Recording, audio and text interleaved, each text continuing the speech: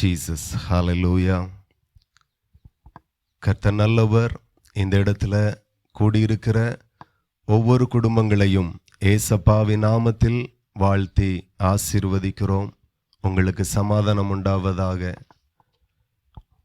உங்களுக்கு ஆறுதல் உண்டாவதாக, உங்களுக்கு சுகவாழ்வு உண்டாவதாக. ஏசப்பா வேதத்தில் சொல்லியிருக்கிறார், உங்கள் துக்கம் சந்தோஷமாய் மாறும் என்று சொல்லி, அந்த வார்த்தையே நான் உங்களுக்கு சொல்லி உங்களை ஆசீர்வதிக்கிறேன். இன்றைக்கு நீங்கள் என்ன சூழ்நிலைகளில் இருக்கிறீர்களோ, இந்த வார்த்தை கேட்கும் போதே உங்கள் வாழ்க்கையில் சமாதானமும் சந்தோஷமும் உண்டாவதாக. இன்றைக்கும் உங்கள் நடுவிலே நான் ஒரு 10 நிமிடங்கள் கர்த்தருடைய வார்த்தையை பிரசங்கிக்க விரும்புகிறேன். தூரத்தில் இருந்தாலும் வீடுகளில் இருந்தாலும் முடிந்தால் எங்களோடு கூட இந்த ஜெபத்தில் இணைந்து கொள்ளுங்கள். இது உங்களுக்கு ஆசீர்வாதமாக இருக்கும். இல்லாவிட்டால் வீடுகளிலே இருந்து இந்த இடத்துல சொல்லப்படுகிற வார்த்தையை நீங்கள் கேட்டால் அதுவே உங்களுக்கு மிகுந்த ஆசீர்வாதமாக இருக்கும். உங்கள் நடுவிலே ஒரு 10 நிமிடங்கள் பேச தாழ்மையாய் இந்த வார்த்தைகளை நீங்கள் கேட்டுக்கொள்ளும்படி நான் தாழ்மையாய் கேட்கிறேன்.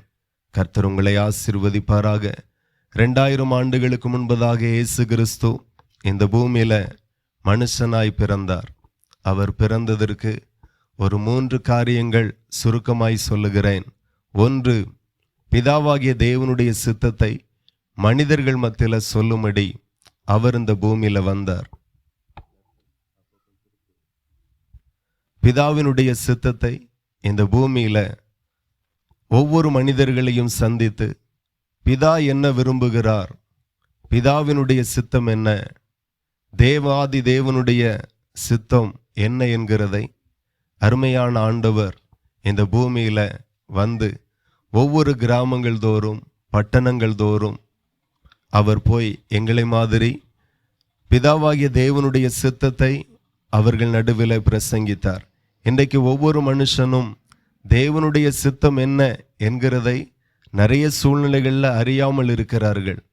ஆகையினால இயேசு கிறிஸ்து 3 காரியத்திற்காக இந்த பூமியில் வந்தார் என்கிறதை நான் சுருக்கமாய் கொண்டு சொல்லுகிறேன். அதில் 1, மனிதர்களுக்கு பிதாவாகிய தேவனுடைய சித்தத்தை பிரசங்கிக்கும்படியாய் வந்தார். அதே போல இயேசு கிறிஸ்து மனிதர்கள் பிசாசின் கட்டுகளில, சேவனை கட்டுகளில, பொல்லாத கொள்ளை நோய் பலகீனத்தில் இருக்கிறவர்களை சுகமாக்கும்படி வந்தார். அதே போல இயேசு கிறிஸ்து ஒவ்வொரு மனுஷனும் ஒவ்வொரு பாவிகளுக்காக தன் ஜீவனைய பலியாக்கும்படி அவர் இந்த பூமியில வந்தார். உங்கள் நடுவில் இயேசு கிறிஸ்து பிதாவினுடைய சித்தத்தை மனிதர்களுக்கு என்ன பிரசங்கம் பண்ணினார் என்கிறதை மட்டும் நான் உங்களுக்கு சொல்ல விரும்புகிறேன். அது உங்களுக்கு ஆசீர்வாதமாக இருக்கும். இந்த பூமியில ஒவ்வொரு மனுஷனும் விரும்புகிறது என்ன அப்படின்னா, நான் ஆசீர்வாதமாக இருக்கணும், என் குடும்பம் ஆசீர்வாதமாக இருக்கணும், என் பிள்ளைகள் ஆசீர்வாதமாக இருக்கணும். இதை தான் எல்லாரும் விரும்புகிறார்கள். இன்னைக்கு மனிதர்கள் தேவனை தேடி ஆலயங்களை தேடி போகிற காரணமே என்ன அப்படின்னா, ஆசீர்வாதத்திற்காக தான்.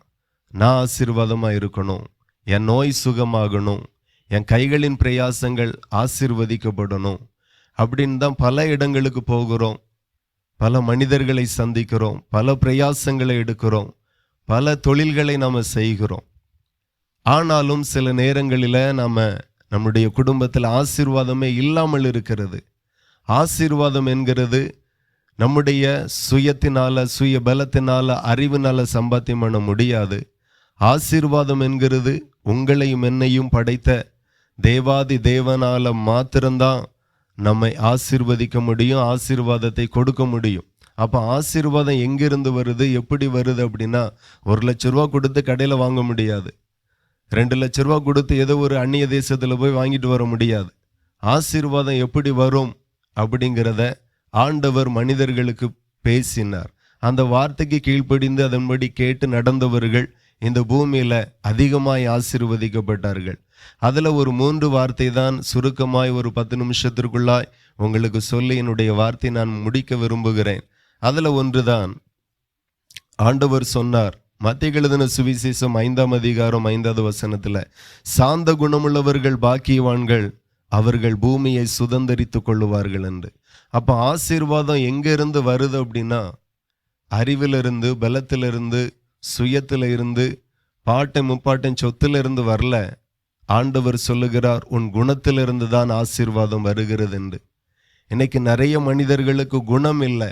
பலம் இருக்கிறது, சுகம் இருக்கிறது, அழகு இருக்கிறது, ஐஸ்வர்யம் இருக்கிறது. ஆனா உங்களை உண்டாக்கின தேவன் விரும்புகிற நல்ல குணங்கள் நிறைய பேரிடத்துல இல்லை. ஆனா ஆண்டவர் ஆசீர்வாதம் எப்படி வரும் என்று சொல்லுகிறார் என்றால், சாந்த குணம் உள்ளவர்கள் தான் பாக்கியவான்கள்.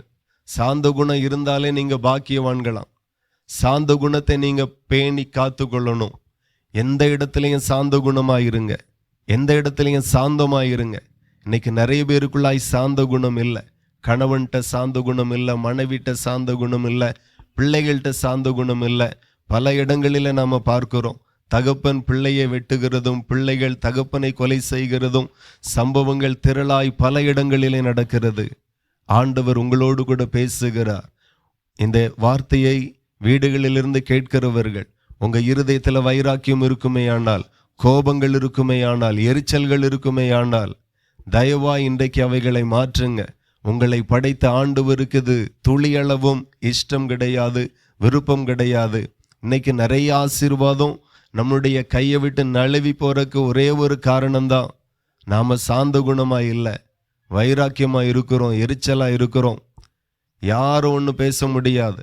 ஒரு வார்த்தை மற்றவங்க பேசினா நாம 10 வார்த்தை பேசக்கு ரெடியா இருக்கிறோம்.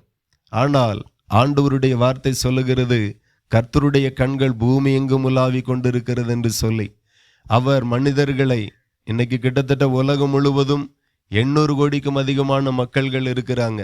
ஒவ்வொருவரையும் தனித்தனியாய் அவர் கவனிக்கிறார், கேட்கிறார், பார்க்கிறார், உள்ளந்திரியங்களை ஆராய்ந்து அறிகிறார்.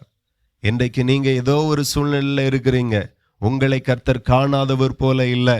ஆண்டவருடைய வேதத்தில் எழுதப்பட்டு இருக்கிறது, பூமி எங்கும் கர்த்தருடைய கண்கள் உலாவி கொண்டிருக்கிறதாம். அப்படியே ஆண்டவர் உங்களை பார்க்கிறார். நீங்க எப்படி வாழுகிறீர்கள், உங்களிடத்துல சாந்த குணம் இருக்கிறதா இல்லையா என்கிறதை ஆண்டவர் ஒரு மனுஷனை ஆசீர்வதிக்க முன்பதாக அந்த மனுஷனிடத்துல குணங்களை பார்க்கிறார். ஆசீர்வாதம் என்கிறது பலத்தினால வரக்கூடியதல்ல, குணத்தினால வரக்கூடியது என்று இயேசு கிறிஸ்து வேதத்தில் எழுதியிருக்கிறார். அதை தான் உங்களுக்கு பிரசங்கிக்க வந்திருக்கிறேன். தூரத்தில் இருந்தும் வீடுகளில் இருந்தும் இந்த வார்த்தையை கேட்டு உங்க குணங்களை நீங்க மாற்றுவீர்களானால் இந்த பூமியை சுதந்தரித்துக் கொள்ளுவீர்கள். பூமியை சுதந்தரிப்பார்கள் என்கிறதற்கு சில நேரத்தில் அர்த்தம் தெரியாமல் இருக்கலாம்.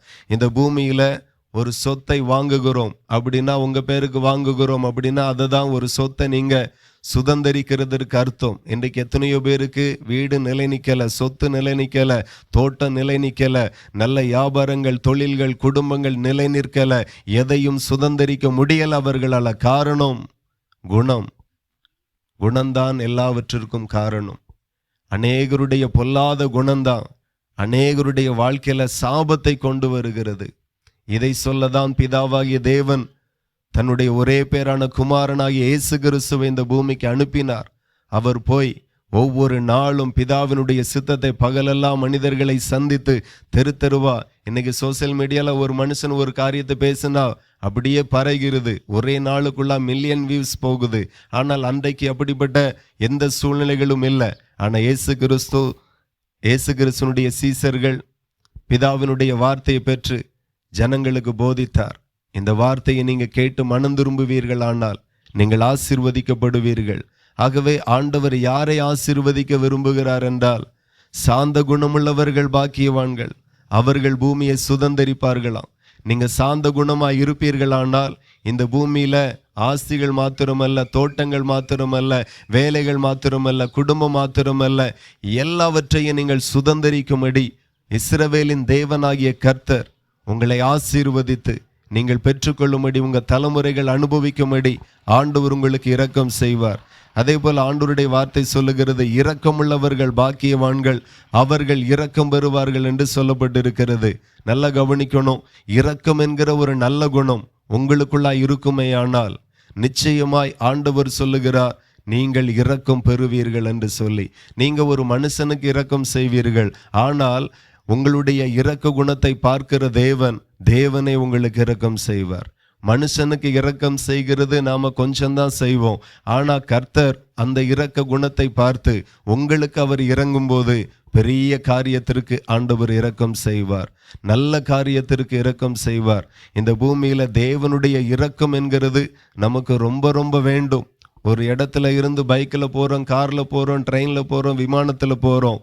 போக வேண்டிய இடத்துல, புறப்படுகிற இடத்துல இருந்து போய் சேரக்கூடிய இடம் வரைக்கும் ஆண்டவருடைய இரக்கம் இல்லாவிட்டால் நம்மளால் மறுபடியும் வீடு திரும்ப முடியாது, போய் சேர வேண்டிய இடத்திற்கு போய் சேர முடியாது.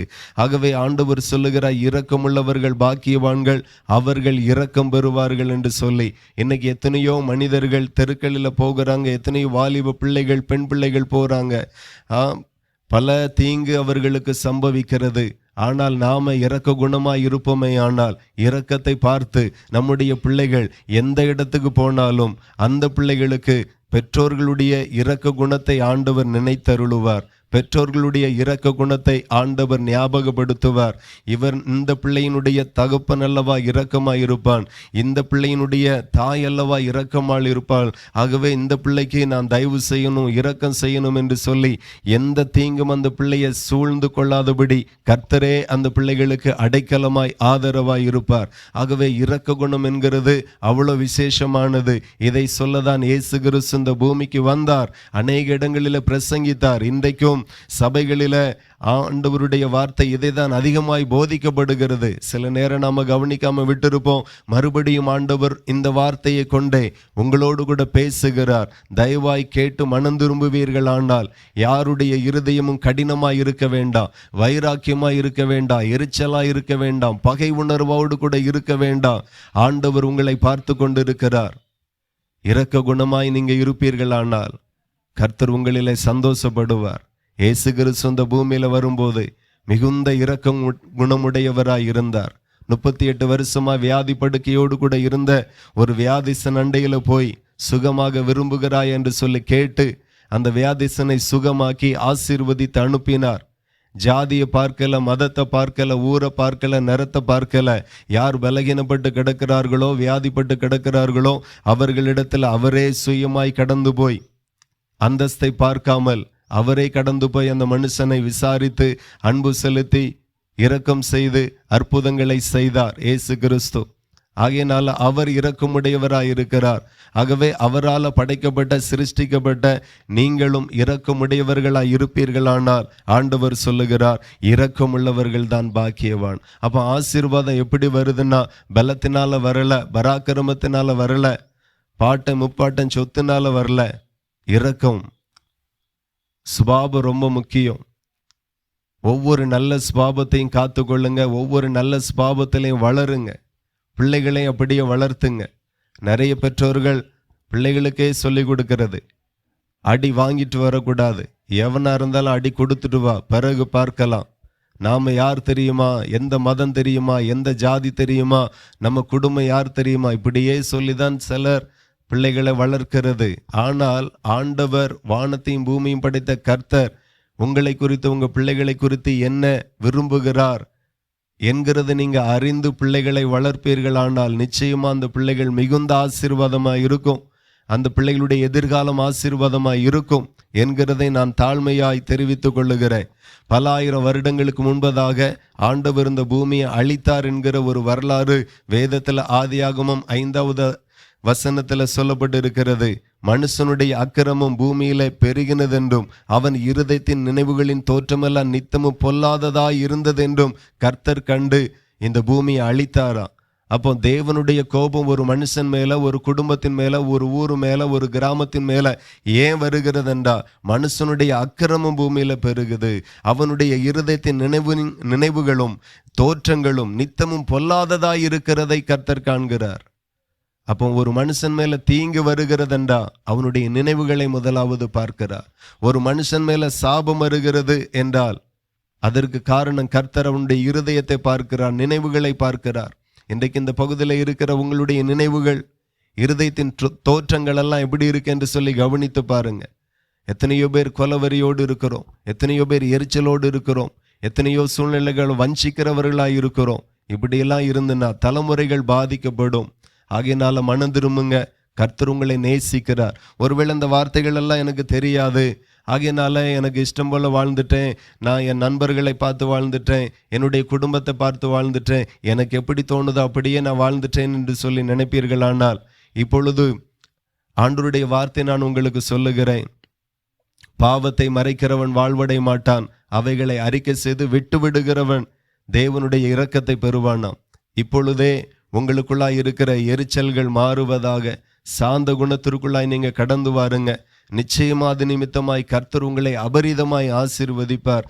பாவியை ஆண்டவர் பாவத்தை வெறுக்கிறார், பாவிகளை நேசிக்கிறார். ஆகவே நீங்க எவ்வளவு பெரிய பாவியாய் இருந்தாலும் இன்றைக்கு மனம் திரும்பி, ஆண்டவரே இனி நான் அப்படி இருக்க மாட்டேன், சாந்தமாயிருப்பேன், இரக்கமாயிருப்பேன் என்று நீங்க ஒப்பு கொடுப்பீர்களானால் இன்றைக்கு கர்த்தர் உங்களுடைய பாவத்தை எல்லாம் மன்னிக்கிறார். இயேசு கிறிஸ்து 2000 ஆண்டுகளுக்கு முன்பதாக இந்த நல்ல வார்த்தையை சொல்லக்கு மாத்திரம் இந்த பூமியில வராமல் மனுஷனுடைய வியாதிகளை சுகமாக்குகிறவராய் வந்தார், பிசாசை துரத்துகிறவராய் வந்தார். அதே போல ஒவ்வொரு பாவிகளுக்காக தன்னையே பலியாக்கினார், தன் ஜீவனை கொடுத்தார், இரத்தத்தை சிந்தினார். ஒரு மனுஷனுடைய பாவத்திற்காக மிருகங்கள் அடிக்கப்பட்ட காலத்துல இயேசு கிறிஸ்து சொந்த சரீரத்தை பலியாக்கினார். ஆகவே அவர் பாவத்தை மன்னிக்கிற தேவன், உலகத்தின் பாவத்தை சுமந்து தீர்த்த தேவ ஆட்டுக்குட்டியானவர் என்று இயேசு கிறிஸ்துவை குறித்து சொல்லப்பட்டு இருக்கிறது. ஆகையினால இந்த வார்த்தையை விசுவாசிங்க. எந்த இடத்துல இருந்தாலும் மனதிற்குள்ளாக ஜெபம் பண்ணுங்க. மனதுக்குள்ளாக உங்களை படைத்த தேவனிடத்துல சொல்லுங்க, ஆண்டவரே இனி நான் பாவம் செய்ய மாட்டேன், எரிச்சலா இருக்க மாட்டேன், சாந்த குணமாய் இருப்பேன், நீதியாய் இருப்பேன், இரக்கமாய் இருப்பேன். நான் இதை இப்படியே நான் என் வாழ்நாட்களை எல்லாம் நான் கழிப்பேன், எங்க பிள்ளைகளை இப்படியே நடத்துவேன் என்று நீங்க சொல்லி பாருங்க. நிச்சயமாய் கர்த்தர் உங்களை அபரிதமாய் ஆசீர்வதிப்பார். இந்த பூமியில நீங்க ஆசீர்வாதமாய் இருப்பீர்கள். இந்த வார்த்தையை இவ்வளவு நேரம் பொறுமையோடு கூட கேட்டு கொண்டிருந்த உங்கள் யாவரையும் பரலோகத்தின் தேவன் அபரிதமாய் ஆசீர்வதிப்பார். இந்த வார்த்தை கேட்ட உங்களை நான் வாழ்த்துகிறேன். இந்த இடத்துல இடம் கொடுத்த சகோதரருடைய குடும்பத்தை நான் வாழ்த்துகிறேன். கர்த்தர் உங்களை ஆசீர்வதிப்பாராக. God bless you. Amen.